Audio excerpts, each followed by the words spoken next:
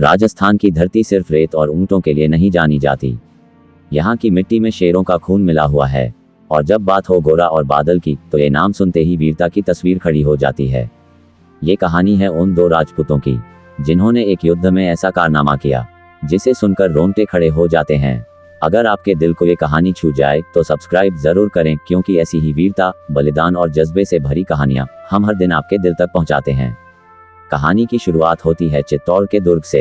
राजा रत्न सिंह का राज था और रानी थी रानी पद्मिनी, जिसकी सुंदरता की चर्चा दूर दूर तक थी। और तभी उनकी सुंदरता की चर्चा दिल्ली के बादशाह अलाउद्दीन खिलजी तक पहुंच गई। खिलजी ने चित्तौड़ पर चढ़ाई कर दी रानी को पाने की जिद में। खिलजी ने राजा को संदेश भेजा, ग्रेटर देन, मैं रानी पद्मिनी की एक झलक देखना चाहता हूँ। बस एक बार, फिर मैं लौट जाऊंगा।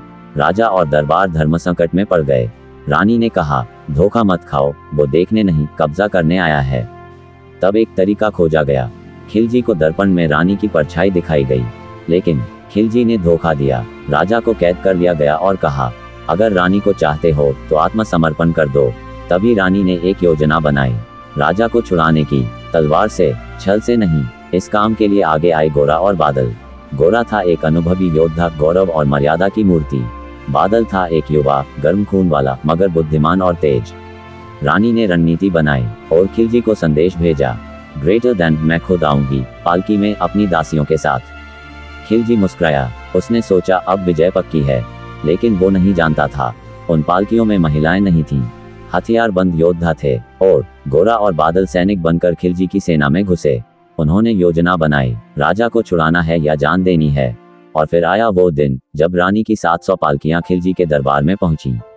खिलजी मुस्कुराता रहा, लेकिन कुछ ही पलों में चारों तरफ घोड़े दौड़ रहे थे, तलवारें एक दूसरे से टकरा रही थीं, चीखें गूंज रही थीं, और गोरा सीधा घुस गया कैदखाने में।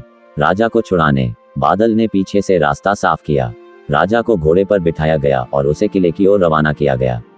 अब गोरा और बादल को मालूम था वो नहीं लौटेंगे। जब गोरा अकेला खड़ा था सैकड़ों दुश्मनों के बीच, तभी एक वार हुआ। गोरे का सर कट गया, लेकिन तब जो हुआ इतिहास में कभी नहीं हुआ था।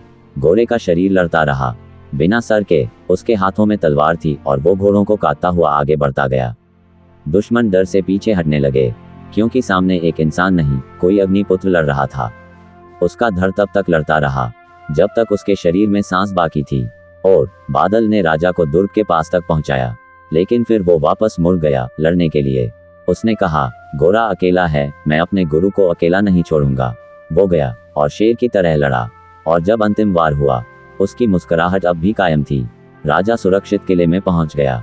रानी पद्मिनी ने जौहर कर लिया, मगर खिलजी को उसकी जीत नहीं मिली, क्योंकि एक रानी ने अपनी मर्यादा बचाई और दो योद्धाओं ने अपने बलिदान से इतिहास रच दिया।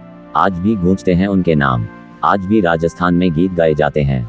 ग्रेटर देन, गोरा चला था तलवार लेकर, सर गिरा पर युद्ध ना छोड़ा। गोरा और बादल ने हमें सिखाया, अगर हम गलत नहीं है तो कभी झुको मत, चाहे सामने मौत क्यों ना हो। धोखा देने वाले को उसकी ही भाषा में जवाब दो।